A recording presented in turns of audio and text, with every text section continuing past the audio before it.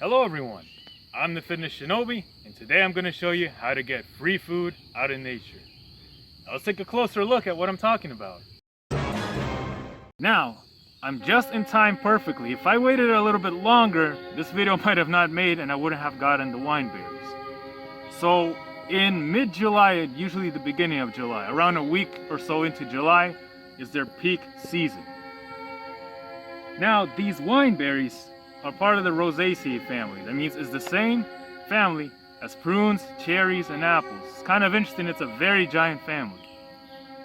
And it's part of the Rubus genus, which also includes things like raspberries and blackberries. So it's very nice, and this is a particular favorite. And one thing that's really awesome about the wineberries, they don't sell them in stores. So if you really want them, you go out and you get them. And there's an abundance. This is just a small patch. If you do your looking, you're gonna find a whole host of it. Now, a short disclaimer, guys, with anything that I say, use it more as information, especially if you're new to foraging or you don't know wild edibles. This is an easy plant to start off with. That's why I'm doing this video, because it's very easy to identify and not screw it up versus other plants that are similar. And these are 100% edible. And since they're easy to identify, they're edible. There's no like, well, you have to prepare it and cook it. You can eat them right off like that. See? They're very good. So I wouldn't worry, since they're very easy to identify. You can identify them throughout the season. Don't have to be when they're ripe. And I'll show you that later with some photos. But right now, let's talk about what we have. But for those who know or want to know more for information, let's begin. Well, first, let's take a look at the wineberry. Now, it looks very similar to a raspberry. Like I said, it's part of the same family. It's a Rubus. Here's what it looks like. And as you notice, once it's ripe, well, there's a better example right here. Maybe this one is, well, they're all ripe. So I'll show you another one. But ones like this, see, they very easily come off without struggle. You can take them and eat them and enjoy them. But that's an easy way from a distance to identify. If you're not sure, here's another thing you can identify it with. They tend to have leaves that are green on one side. If you flip them over, they're silver. So you can kind of see a comparison. That's one very easy way to identify it. They're also hairy, but not just hairy. They have kind of these little sticky glands, to put it into perspective. That kind of helps. Now I'll show you a little picture where you can actually see an up closer I took of this. But it's not just like they're like little hairs. But as you notice, there's also spikes. You see that? So it's not quite. It looks very nice and smooth. You can still get pricked. But what's really cool, you see this cluster where you actually harvest. That's the beauty of it. Remember I was saying blackberries? Okay guys, now for identification purposes, I wanted to show you what the blackberry looks like. Around the same season now, blackberries, remember, they're black color. Here's a prime example I can show you right here. See, this is a ripe one. It's gonna differ away. It looks like a wineberry, but upon closer inspection, it's not. See, and it's a lot harder. It's harder to pull. And see, it's very, how would you say, it's very hard. This is a ripe one. It comes off a lot easier. It's squishy, and you can tell it, and then you can eat it. It also tastes pretty good. Not as good as the wineberry, but something to keep in mind. Next to it, we have a rose. Now with the rose, you can see the spikes are very different. It looks like a stereotypical rose if you ever saw one. Versus even the leaves. See, it's part of the Rosaceae family, and it's very similar to an apple. Part of the rose. That's for another video. I'm just showing you the leaves. You see, they're very different. That's another easy way to tell. So if you kind of see these type of leaves versus three and versus these that go like that, hopefully that helps. You can tell. But this is just to kind of show you, just because something looks red doesn't mean it's ripe.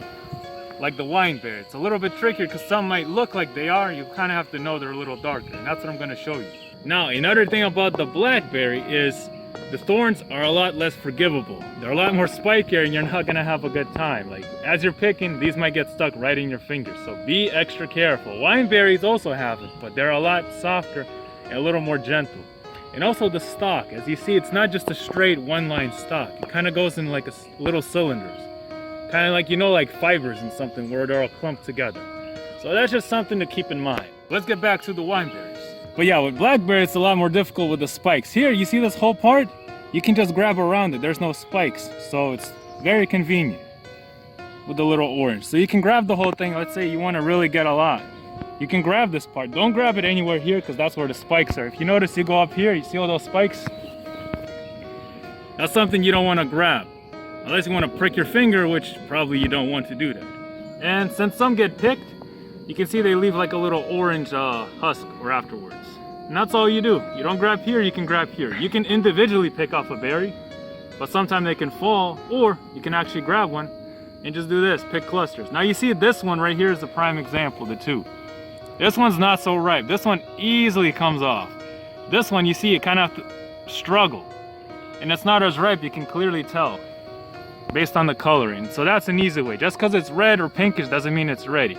Now the darker you get, the better. If it's like a dark red, almost like a wine color, hence wineberry. Yes, I don't know if they're used in wine. I don't drink wine or alcohol, but don't really know why they call them wineberries. Maybe because they're red like wine, but they're very delicious. They have a very unique and distinct taste, where it's nothing kind of quite like it. Like, hold on, let me try one, like a whole cluster, and then I'll tell you what it kind of tastes like. Well, it has both a sweet and a sour kind of taste. Very similar to a raspberry, but slightly a little sour, but also a sweet. A very unique kind of taste. I can't really describe it too much. Thinking what to compare it with. But as they're ripe, they're very delicious. And you are gonna have some competition. There's a lot of birds, once they see it, they go bonkers, they go crazy for it. So, one thing also to know, a little pro forager tip is, you see this right here is a good example. Hey, there's no wineberries. You lift it up and look what you find. Now birds, when they fly, they'll be able to spot things like this. Boom, boom, they're gone. Here, they might not. So also pays attention to, like, sometimes lift up, you might find a lot of the right ones. A very delicious way. You take a chunk and eat them. Now you might get stuck for hours. They're so good, you might just end up eating them all.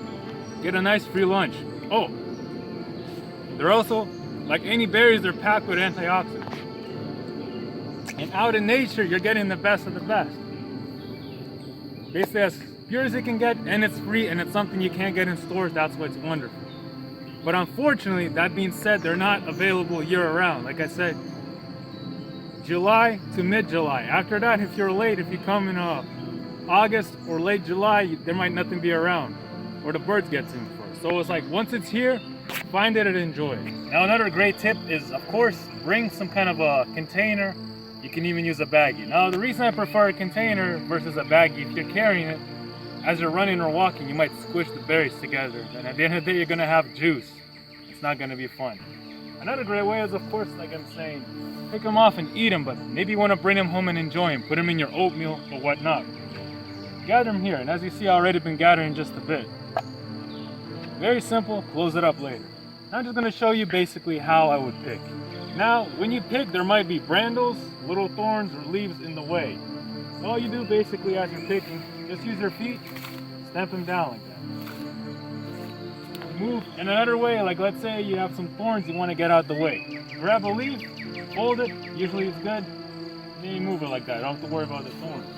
Get in a little closer, find a good stance, down, and there you go. You can do a little horse stance to train. See? Yeah. Then you just pick them off. Now of course, I'm not holding on to the thing because I'm holding the jar, but you can put them nearby, and another step is just drop them kind of in. But like I said, try not to get the ones that are unripe, so kind of pick with your eye. It's okay if you get some, they're different, but don't get the ones that are clearly. See something like this. Don't get one like that. That's clearly unripe. See? It's not that it's poison if you eat the unripe. It's just not going to be sweet. It's going to be very tart and little, not bitter, very sour, just not pleasant. Not really a lot of taste. And put them in. Besides, you get a nice mix of a little tart, a little sour, and sweetness. Maybe you like that, you can do that. That's all you do. Just go around, pick some berries, and that's it. And you get a nice little horse stance.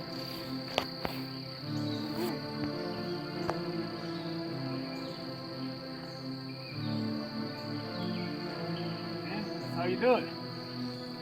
And that's basically it for the wineberry. Just a little simple introduction, guys. If you enjoyed it, give this video a like and subscribe for more. Same color as the wineberry, so why not, right? So yeah, I'll enjoy a few more.